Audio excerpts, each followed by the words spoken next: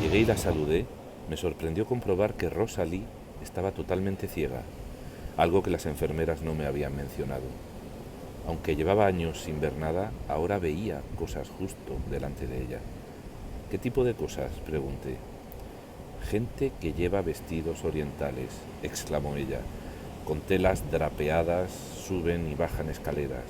Un hombre que se vuelve hacia mí y sonríe, pero en un lado de la boca tiene los dientes enormes. También veo animales. Veo una escena con un edificio blanco y está nevando. Una nieve blanca que se arremolina. Veo un caballo. No es un caballo bonito, es un caballo de labor, con un arnés, quitando la nieve, pero cambia sin cesar. Ahora veo muchos niños, suben y bajan las escaleras. Llevan colores vivos, rosa, azul, como un vestido oriental.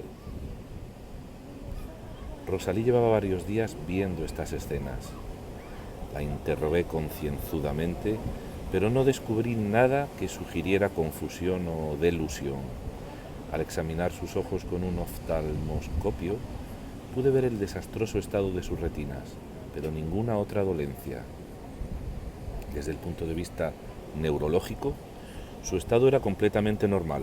Se trataba de una anciana de carácter decidido y muy vigorosa para sus años.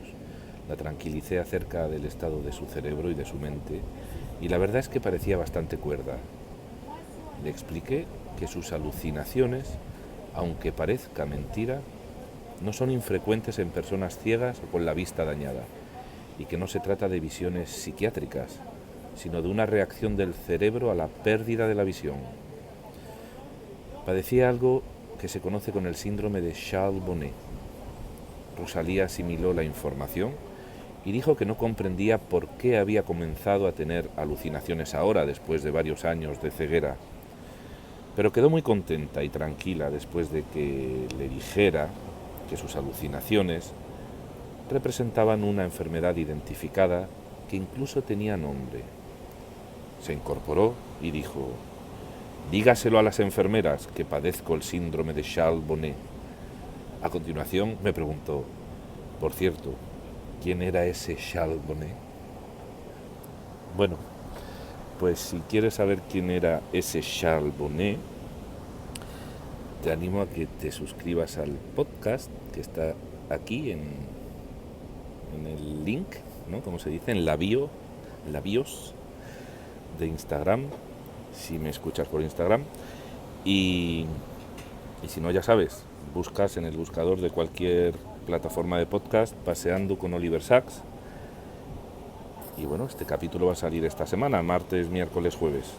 Así que atento, atenta, y a ver quién era ese Charles Bonnet. Y bueno, pues ahora te dejo con unos vídeos que voy a grabar cortitos por donde estoy, en un restaurante a orillas del océano. Y nada más, feliz domingo y feliz síndrome de Charles Bonnet, que así es como se va a titular el episodio. Chao, chao, chao, chao.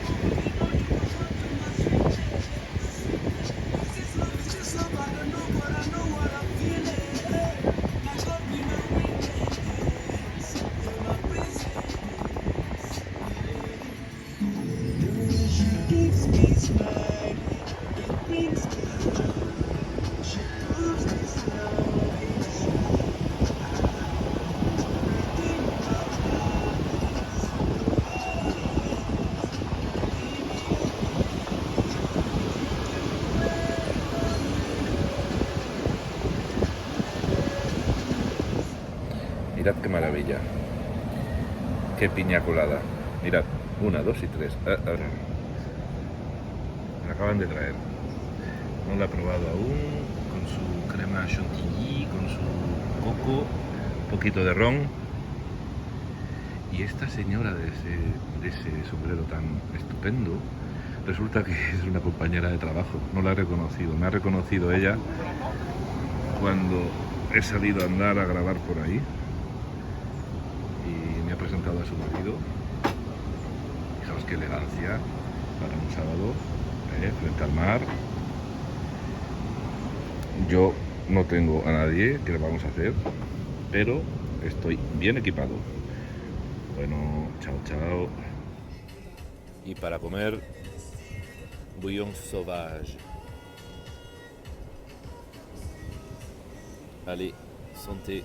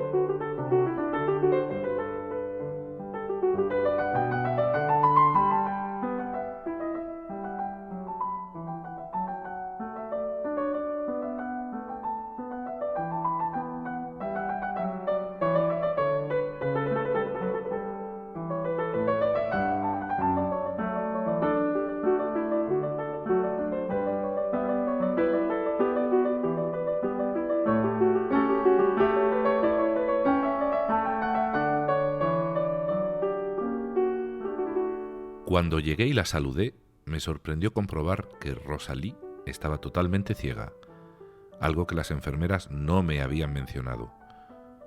Aunque llevaba años sin ver nada, ahora veía cosas justo delante de ella. ¿Qué tipo de cosas?, pregunté. Gente que lleva vestidos orientales, exclamó ella. Con telas drapeadas, suben y bajan escaleras. Un hombre que se vuelve hacia mí y sonríe, pero en un lado de la boca tiene los dientes enormes. También veo animales. Veo una escena con un edificio blanco y está nevando. Una nieve blanca que se arremolina. Veo un caballo, no es un caballo bonito, es un caballo de labor, con un arnés, quitando la nieve, pero cambia sin cesar. Ahora veo muchos niños, suben y bajan las escaleras, llevan colores vivos, rosa, azul, como un vestido oriental. Rosalie llevaba varios días viendo estas escenas. La interrogué concienzudamente, pero no descubrí nada que sugiriera confusión o delusión. Al examinar sus ojos con un oftalmoscopio, pude ver el desastroso estado de sus retinas, pero ninguna otra dolencia. Desde el punto de vista neurológico, su estado era completamente normal. Se trataba de una anciana de carácter decidido y muy vigorosa para sus años. La tranquilicé acerca del estado de su cerebro y su mente, y la verdad es que parecía bastante cuerda. Le expliqué que sus alucinaciones, aunque parezca mentira, no son infrecuentes en personas ciegas o con la vista dañada, y que no se trata de visiones psiquiátricas, sino de una reacción del cerebro a la pérdida de la visión. Padecía algo que se conoce con el síndrome de Charles Bonnet. Rosalie asimiló la información y dijo que no comprendía por qué había comenzado a tener alucinaciones ahora, después de varios años de ceguera. Pero quedó muy contenta y tranquila después de que le dijera que sus alucinaciones representaban una enfermedad identificada que incluso tenía nombre. Se incorporó y dijo: «Dígaselo a las enfermeras que padezco el síndrome de Charles Bonnet». A continuación me preguntó: «Por cierto, ¿quién era ese Charles Bonnet?».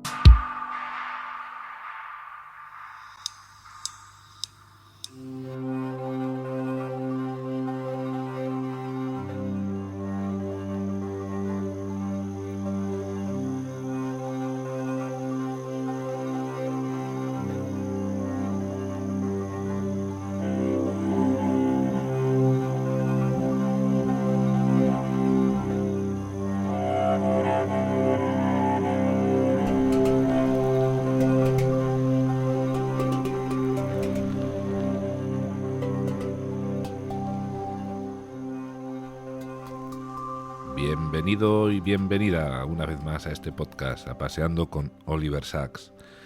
Te habla Víctor Galván desde Punta Negra, República de Congo, el antiguo Congo francés, o como se conoce actualmente, Congo Brazzaville, el Congo pequeñito, al lado del inmenso Congo de aquí al lado, y que es el antiguo Congo belga o antiguo Zaire, o como se conoce actualmente el Congo Kinshasa, porque la capital es Kinshasa. ¿Sabías que lo que separa estas dos capitales es precisamente el río Congo? Las dos capitales están frente a frente con una pequeña diferencia. Brazzaville cuenta con más o menos 2 millones de habitantes y Kinshasa con 12 millones de habitantes. Así que David y Goliat a las dos orillas del Congo, enfrentados.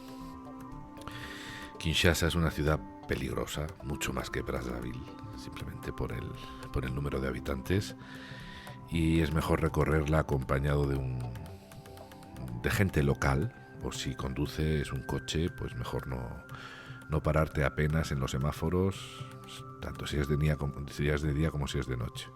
En fin, Kinshasa es todo un espectáculo, y todo un espectáculo de luz desde el cielo, cuando vuelas sobre ella también.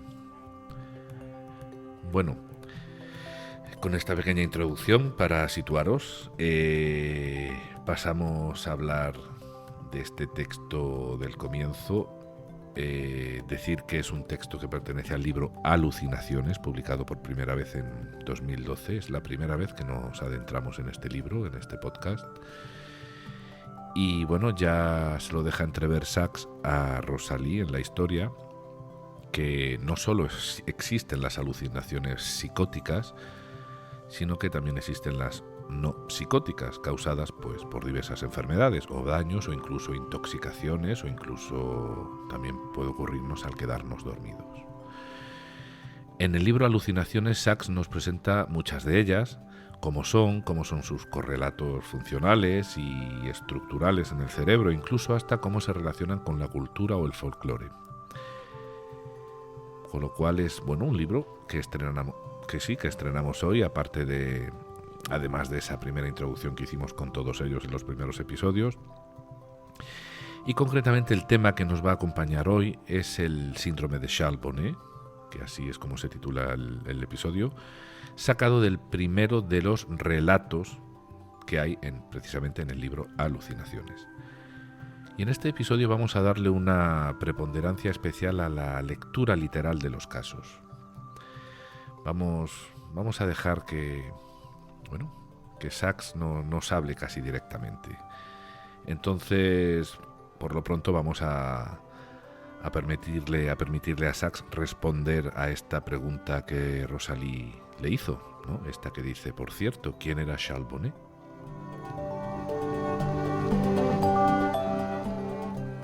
Charles Bonnet fue un naturalista suizo del siglo XVIII, cuyas investigaciones cubrieron campos muy variados, desde la entomología hasta la reproducción y regeneración de los pólipos y otros animáculos. Cuando de resultas de una enfermedad ocular ya no pudo seguir utilizando su amado microscopio, se pasó a la botánica. Llevó a cabo experimentos pioneros de fotosíntesis, luego pasó a la psicología y finalmente a la filosofía.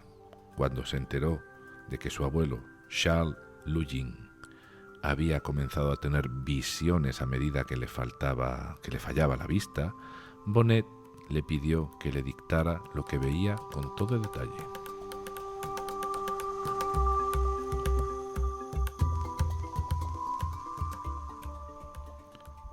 Bueno, pues hasta aquí una corta presentación de Charles Bonnet, hecha por el propio Sacks, pero vamos a seguir desarrollando esta presentación. Charles Bonnet, al igual que John Locke, creía que llegábamos al mundo con un cerebro que era una tabla rasa y que se llenaba de cosas a partir de la experiencia. Pensaba que el cerebro estaba formado por un conjunto de órganos diferenciados y que cada uno de ellos tenía una misión. Este es el reduccionismo que imperaba en la época, a finales del siglo XVIII, y de alguna manera fue necesario hacer esta aproximación al cerebro pues para entenderlo como lo entendemos hoy. Y también de alguna forma seguimos aceptando este reduccionismo. Al menos se usa para enseñar neurociencia.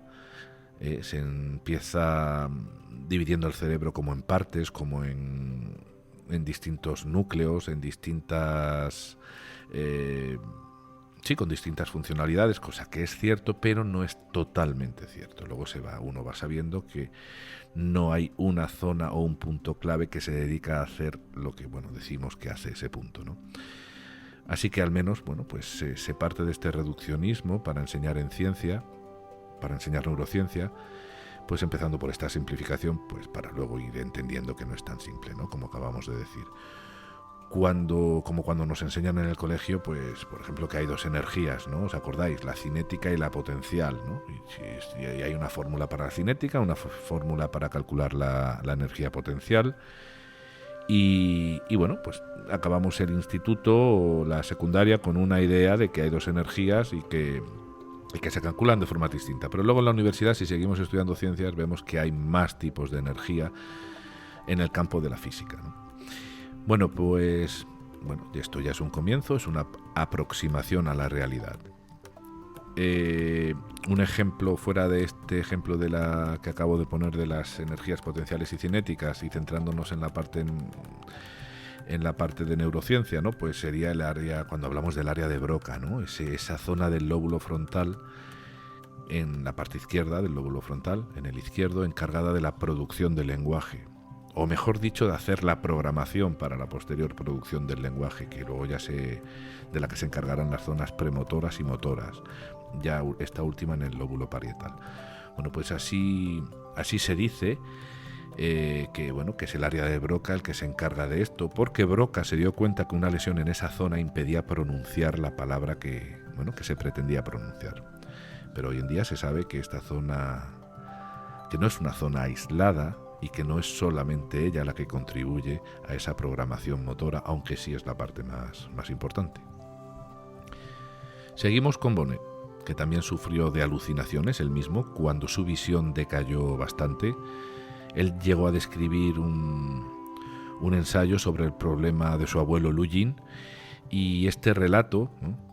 A escribir un ensayo sobre Lugin, sobre su abuelo, y este relato que él escribió se perdió, y con el tiempo pues se perdió, estaba en el olvido, y más adelante se encontró, y fue a principios ya del siglo XX cuando se publicó al menos un resumen del mismo, que aparece tal cual vamos a leer ahora en Alucinaciones. Así que veamos qué dijo Bonnet de su abuelo Lugin.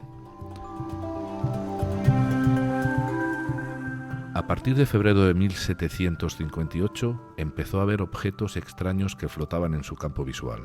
Todo comenzó con algo que asemejaba a un pañuelo azul con un circulito amarillo en cada esquina. El pañuelo seguía los movimientos de su mirada, allí donde mirara, ya fuera una pared, su cama o un tapiz. El pañuelo se colocaba delante y tapaba los objetos corrientes de la habitación. Lugin estaba perfectamente lúcido y en ningún momento pensó que de verdad hubiera un pañuelo azul. Un buen día de agosto, Lugin recibió la visita de dos de sus nietas. Sentado en su sillón, frente a la chimenea, ellas tomaron asiento a su lado derecho. Del lado izquierdo llegaron caminando dos hombres jóvenes, ambos lucían unos preciosos abrigos rojo y gris y sombreros ribeteados con galón de plata. «¿Qué caballeros tan apuestos os acompañan?», les dijo a sus nietas. «¿Por qué no me avisasteis de que vendrían?». Ellas le juraron que no veían nada. Al igual que el pañuelo, poco después los dos hombres se desvanecieron sin dejar rastro. En las semanas siguientes muchas personas imaginarias vinieron a visitarle, todas ellas damas con peinados muy elegantes, algunas incluso traían una cajita en la cabeza. Poco después, Lugin, de pie frente a la ventana, vio llegar un carruaje que se detuvo frente a la casa de los vecinos. Para su sorpresa, vio cómo el carruaje crecía hasta alcanzar el canalón del tejado, a 9 metros de altura, todo en su debida proporción. La variedad de las imágenes sorprendía a Lugin. A veces veía una nube de puntitos que de repente se transformaba en una bandada de palomas o en un grupo de mariposas revoloteantes, o veía flotar en el aire una rueda giratoria de las que usaban en las grúas. En otra ocasión, mientras paseaba por la ciudad, se había asombrado al ver unos andamios gigantescos. Al llegar a casa vio los mismos andamios montados en su habitación, pero en miniatura, a lo sumo de 1 metro de altura.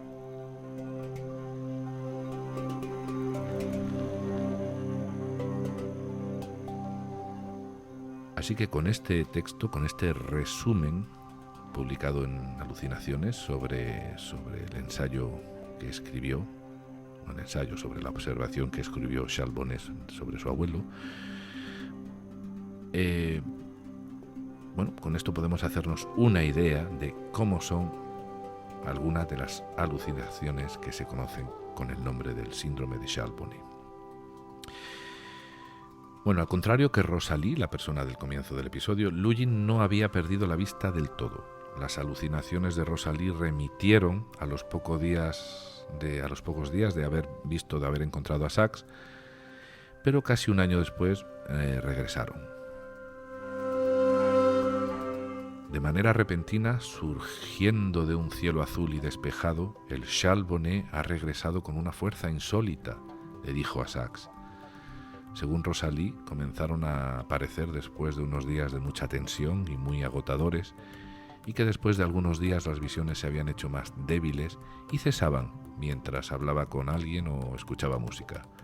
Sus alucinaciones se habían vuelto más tímidas, dijo, y ahora solo tenían lugar por las noches si estaba en silencio. Bueno, hasta finales del siglo XX el síndrome de Charles Bonnet se consideraba poco común. Según dice Sachs, pues él estaba investigando en la literatura médica hasta la fecha y se dio cuenta de eso, ¿no? A él le pareció raro porque llevando tantos años trabajando en residencias de ancianos, pues había conocido a pacientes ciegos o casi ciegos con alucinaciones complejas del tipo de las de Charles Bonnet. De la misma manera que había visto a pacientes sordos con alucinaciones auditivas, y no solo escuchando ruidos o pitidos, sino sonidos perfectamente musicales, con todo lo que implica de orden, ritmo, tono, etcétera, la música, ¿no?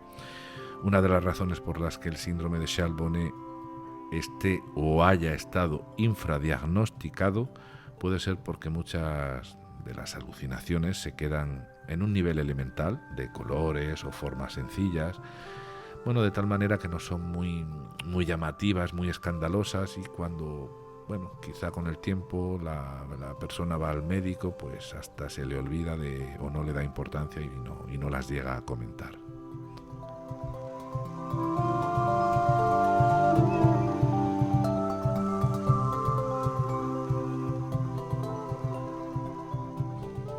Sachs dice que mientras que casi todos los que padecen el síndrome son conscientes de que están alucinando, a menudo a causa de la mismísima incongruencia de sus alucinaciones, algunas alucinaciones podrían ser verosímiles y estar en contexto, como esos apuestos caballeros, ¿no?, que acompañaban a las nietas de Lugin. Y estas, al menos al principio, se podrían ver como algo real. Con alucinaciones más complejas es habitual ver caras, aunque casi nunca son caras conocidas. Todo esto es muy, muy curioso. Y aquí nos deja Sachs un pequeño testimonio de otra persona con este tipo de alucinaciones.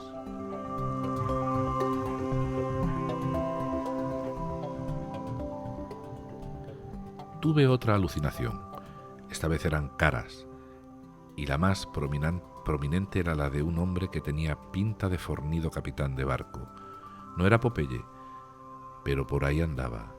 Llevaba una gorra azul con una visera negra reluciente, tenía la cara gris, las mejillas bastante mofletudas, los ojos vivos y una nariz como de patata. Era una cara que no había visto nunca. No era una caricatura, no, y parecía enormemente viva. Alguien a quien, pensé, a lo mejor me gustaría conocer. Me miraba con una expresión benévola impasible y totalmente indiferente.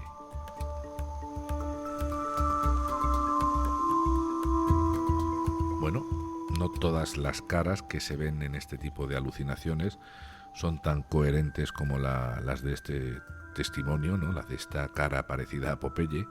A veces pueden ser caras deformadas o compuestas con una nariz allá o una boca puesta en un lado, pues en el lado donde no corresponde, etcétera, etcétera.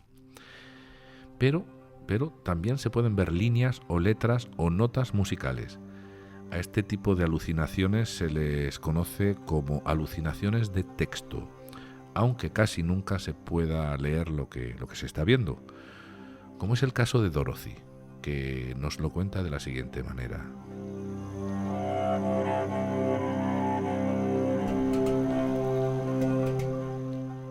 Y luego están las palabras, no pertenecen a ningún lenguaje conocido. Algunas no tienen vocales, otras tienen demasiadas. S, K, E, E, E, E, E, K, K, S, E, G, S, K, Y. Me resulta difícil distinguirlas, pues se mueven de un lado a otro y también avanzan y retroceden. A veces atisbo una parte de mi nombre o una versión de él, como Doro o Dortoy.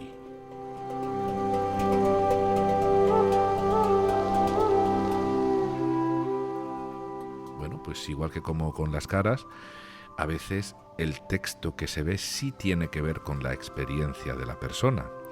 Un señor escribió a Sachs que durante unas semanas después del Yom Kippur, que es, en palabras de Google, porque lo he tenido que buscar, el día de la expiación, el día más sagrado del año judío, que es conocido como el día del perdón y del arrepentimiento, ¿no?, del corazón, bueno, pues que unas semanas después del Yom Kippur, este señor veía letras hebreas en las paredes y decía que esto le ocurría solamente en estas fechas. Así que también existen alucinaciones, o sea, en este tipo, o sea, me refiero a las que estamos tratando, las de síndrome de Charles-Bonnet, que evidentemente están perfectamente contextualizadas y otras no están contextualizadas.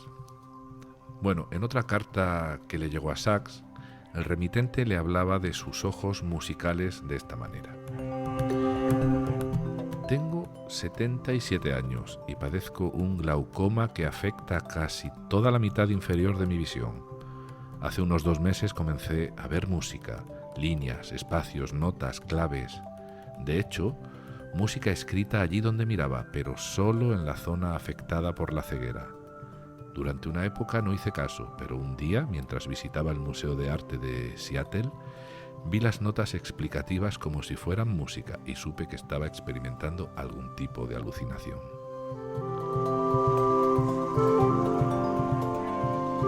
Bueno, pues por lo visto hasta aquí, no hay duda de que existe una amplia variedad, todo un espectro de alucinaciones o alteraciones visuales que pueden darse cuando se ha perdido o se ha deteriorado la visión. Originalmente el término síndrome de Charles-Bonnet se reservaba para aquellas alucinaciones relacionadas con la enfermedad o con las enfermedades de la vista, o sea, del ojo, del órgano, ¿no?, del ojo como órgano, y otros problemas, pues, oculares, ¿no?, alrededor del ojo. Pero una serie de alteraciones esencialmente semejantes pueden darse también cuando el daño no está solamente en el ojo, sino en zonas superiores del sistema visual, sobre todo en áreas corticales que participan de la percepción visual. El lóbulo occipital, que quizás sea la parte más importante relacionada con la visión en el cerebro, y sus proyecciones en los lóbulos temporal y parietal también, ¿no?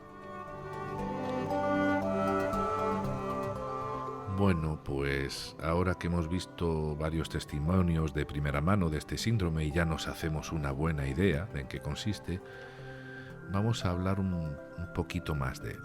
Vamos a salir de las historias y vamos a hablar un pelín más de él. Este síndrome, el de Charles-Bonnet, se caracteriza por, como ya hemos dicho, una presencia de alucinaciones visuales complejas, como pueden ser objetos, personas, notas musicales, ¿no?, pero desencadenado por la deprivación de la visión en ausencia de trastornos cerebrales, y esto hay que remarcarlo. O sea, no está relacionado con trastornos cerebrales, psiquiátricos farmacológicos o, digamos, sistémicos.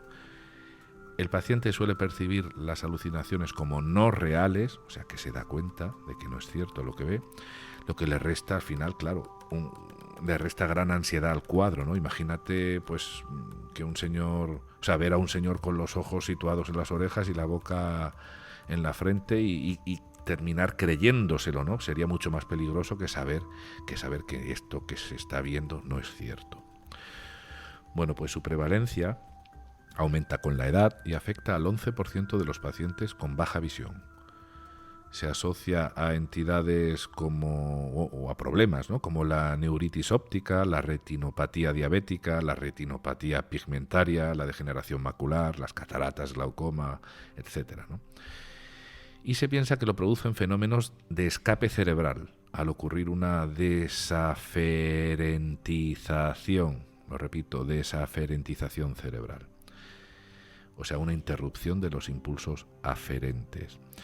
¿Y qué es un impulso aferente? Bueno, pues el impulso aferente, con A, aferente, es el que se genera desde un receptor sensorial, por ejemplo, desde el tacto, desde el oído, la audición, o desde el olfato, o la propiocepción, o la visión, ¿vale? Todo cualquier receptor sensorial, y que, ¿vale?, es mandada esta información, o se mandan estos estímulos al sistema nervioso central, pues para que lo procese. Y luego está el otro impulso, el eferente, con E, que es el que llega desde el sistema nervioso central al receptor sensorial, o sea, el camino inverso, formándose así un bucle de información con retroalimentación continua. Así que hay un problema, hay una interrupción de los impulsos aferentes. Esta es una hipótesis, hay otras hipótesis, por ejemplo, una que habla de que hay una existencia, puede haber una existencia de una lesión anatómica cerebral. Y bueno, hay también autores que relacionan este síndrome con el deterioro cognitivo, ¿no? Quizá pueda haber, pues al final, pues es posible que haya un poco de todo esto. En cualquier caso, el manejo del paciente, ¿en qué consistirá? Pues en informarle de su enfermedad, en tranquilizarlo y en disminuir su aislamiento, porque suele ser gente, sobre todo si es mayor, pues que acaban aislándose porque, bueno, pues no dan crédito, incluso pueden tener vergüenza en decir lo que les ocurre, ¿no? El uso de fármacos se hará en función de las características y la gravedad de cada caso, y se pueden utilizar, pues, neurolépticos, benzodiazepinas, antidepresivas, antiepilépticos también, aunque bueno, tampoco es que sean muy efectivos.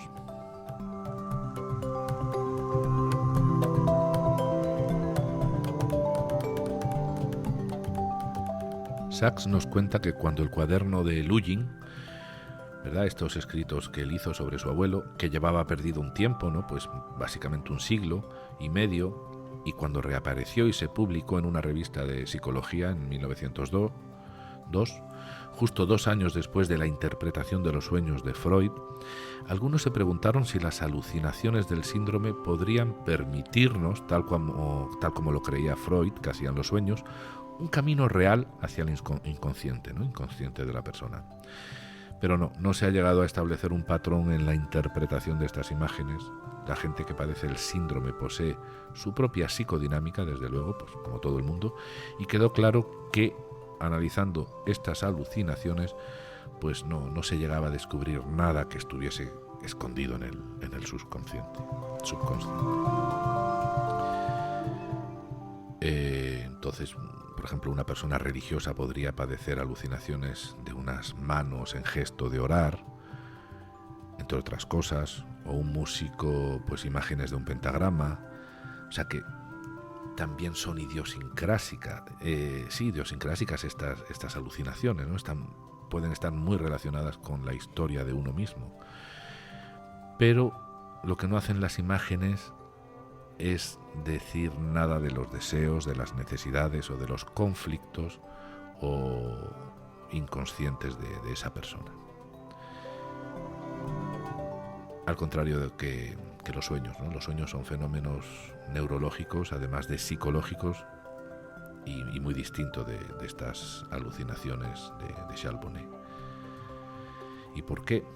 Pues porque el que sueña está completamente inmerso en un sueño y está a la merced del mismo, mientras que las personas que padecen el síndrome están despiertas y conservan su conciencia crítica y normal. Las alucinaciones del síndrome están marcadas por una falta de interacción, siempre son silenciosas y neutrales y rara vez transmiten o evocan emoción alguna. Se limitan a lo visual y no llevan acompañadas sonidos u olores o sensaciones táctiles. Así que dice Sachs que son remotas, como imágenes de una pantalla de cine en una sala en la que uno ha entrado por casualidad. La sala de cine es la propia mente y sin embargo las alucinaciones no parecen mantener una relación personal profunda con quien las padece.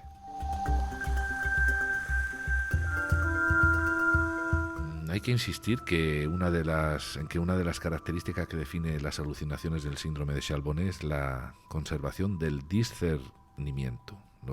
Lo repetimos una vez más porque, bueno, es posible que alguno o alguna de vosotras hasta este momento pues haya dicho, bueno, ¿será esto como la esquizofrenia? El hecho es que esta persona suele comprender, a no ser que tenga algún momento de enajenación, que la alucinación no es real. La gente que padece el síndrome de vez en cuando sí se puede ver engañada por una alucinación, sobre todo si es muy verosímil o se halla en un contexto muy, muy apropiado, pero enseguida se comprende el error y se recupera el discernimiento. Y bueno, pues como acabamos de decir, es algo que enfrenta a las alucinaciones provocadas por la esquizofrenia.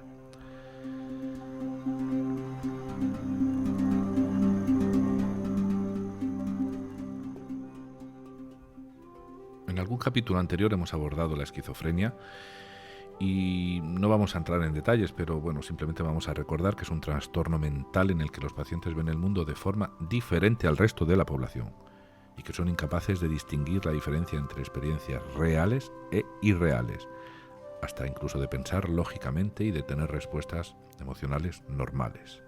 Y por supuesto, no se comportan de forma normal en situaciones sociales. A esto que acabamos de decir de la esquizofrenia no es atribuible al síndrome de Charles-Bonnet. Pero hay que tener mucho cuidado porque si la persona que sufre el síndrome de Charles-Bonnet sufre también algún tipo de problema neurológico, se le pueden complicar las visiones. Veamos cómo nos lo dice Sachs.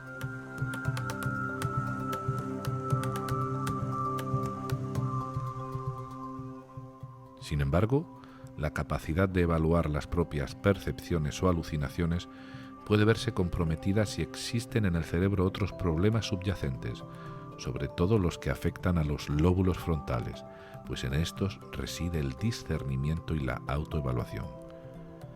Es algo que podría ocurrir de manera transitoria, por ejemplo, con una apoplejía o una lesión en la cabeza, fiebre, delirio o incluso con diversas medicaciones, toxinas o desequilibrios metabólicos, también la deshidratación o la falta de sueño. En estos casos, el discernimiento regresará en cuanto la función cerebral vuelva a la normalidad. Pero si existe una demencia permanente como la de Alzheimer o la enfermedad de los cuerpos de Lewy, puede que cada vez cueste más reconocer las alucinaciones como tales, cosa que a su vez puede conducir a aterradoras ilusiones y psicosis.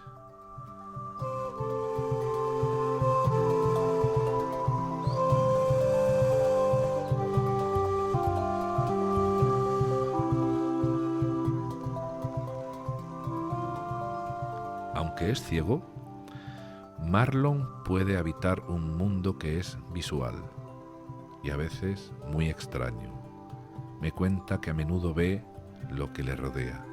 Ha vivido casi toda su vida en el Bronx, pero lo que él ve es una versión fea y desolada del barrio que describe como ruinoso, viejo, mucho más viejo que yo.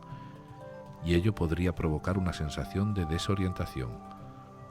Ve su apartamento, pero lo pierde o se confunde fácilmente. Dice que a veces el apartamento se vuelve tan grande como una estación de autobuses y que en otras se contrae hasta llegar a ser tan diminuto como un vagón de tren. En general, el apartamento de sus alucinaciones parece ruidoso y caótico. Toda mi casa es decrépita, parece el tercer mundo y luego vuelve a ser normal, dice él. Su hija me contó que la única vez que su apartamento fue un desastre ocurrió cuando Marlon, creyendo que estaba bloqueado por los muebles, se puso a cambiarlos de lugar empujándolos de un lado a otro. Sus alucinaciones comenzaron hace unos 5 años y al principio fueron benignas. En un primer momento, me contó, veía muchos animales. Fueron seguidas por alucinaciones de niños, multitud de niños, al igual que antes había siempre multitud de animales. De repente, recordó Marlon, veo cómo entran todos estos niños, caminan por el piso y creía yo que eran niños de verdad. Los niños estaban callados, pero hablaban con las manos. Parecían no percatarse de la presencia de Marlon e iban a lo suyo, caminaban, jugaban. Se quedó perplejo al descubrir que nadie más los veía. Solo entonces se dio cuenta de que sus ojos lo estaban engañando. Marlon disfruta escuchando programas de entrevistas, gospel y jazz en la radio, y cuando lo hace a veces se encuentra con que su sala de estar está abarrotada de gente alucinatoria que también escucha. A veces los ve mover la boca, como si hablaran o acompañaran las canciones de la radio. Estas visiones no son desagradables y parecen proporcionar una especie de consuelo alucinatorio. De lo que disfruta él es de la escena social.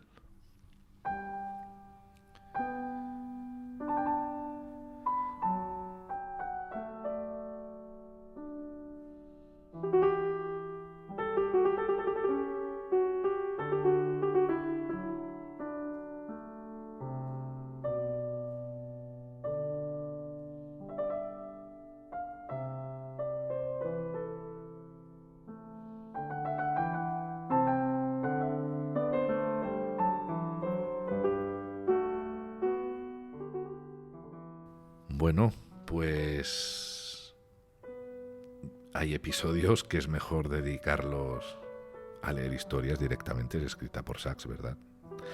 Y bueno, quizá añadirle a las lecturas una explicación para entender en qué consiste un síndrome o una enfermedad, un poquito mejor si cabe. Yo no tengo mucho más que deciros sobre el síndrome de Charles Bonnet. Tenía ganas de hacer un episodio en el que prácticamente todo él fuese una lectura de historias, de relatos, de casos.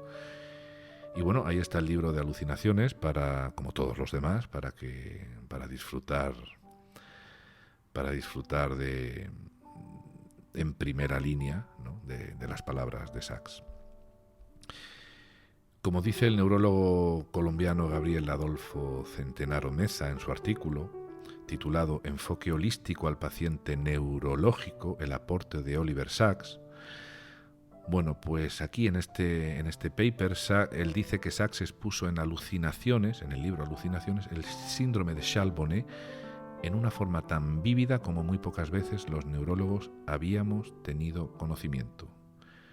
Sacks describió aquí el síndrome de tal manera que constituye una valiosa forma de aprender la semiología neurológica por parte de cualquier neurólogo en formación, en entrenamiento.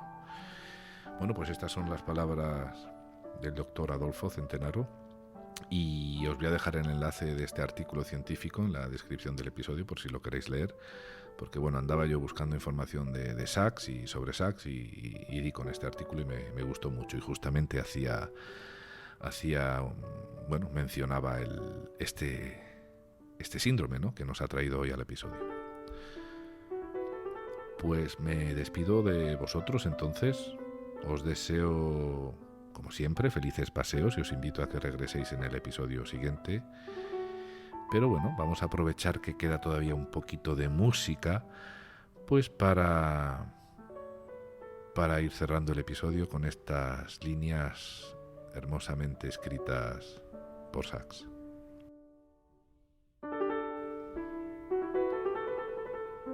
La gente que padece el síndrome de Charles Bonnet ha perdido el mundo visual primario, el mundo de la percepción, al menos en parte, pero ha ganado, aunque solo sea de una manera incipiente e intermitente, un mundo de alucinaciones, un mundo visual secundario. El papel que el síndrome puede desempeñar en la vida de cada uno varía enormemente, dependiendo del tipo de alucinaciones que se den, su frecuencia y si ocurre en un contexto apropiado o si son aterradoras, confortadoras e incluso inspiradoras. En un extremo están aquellos que puede que solo tengan una única experiencia alucinatoria en toda su vida. En el otro, aquellos que puede que tengan alucinaciones de manera intermitente durante años. A veces las alucinaciones pueden despistarte. El hecho de ver formas o telarañas superpuestas a todo, no saber si la comida que tienes en el plato es real o fruto de tu alucinación. Algunas alucinaciones son manifestaciones desagradables, sobre todo aquellas en las que aparecen caras deformadas o desmembradas. Unas pocas son peligrosas. Zelda, por ejemplo, no se atreve a conducir, puesto que podría ver que la carretera se bifurca de repente o que alguien salta sobre el capó del coche. En su mayor parte, sin embargo, las alucinaciones del síndrome de Charles Bonnet no son amenazantes y una vez te acostumbras, resultan ligeramente entretenidas.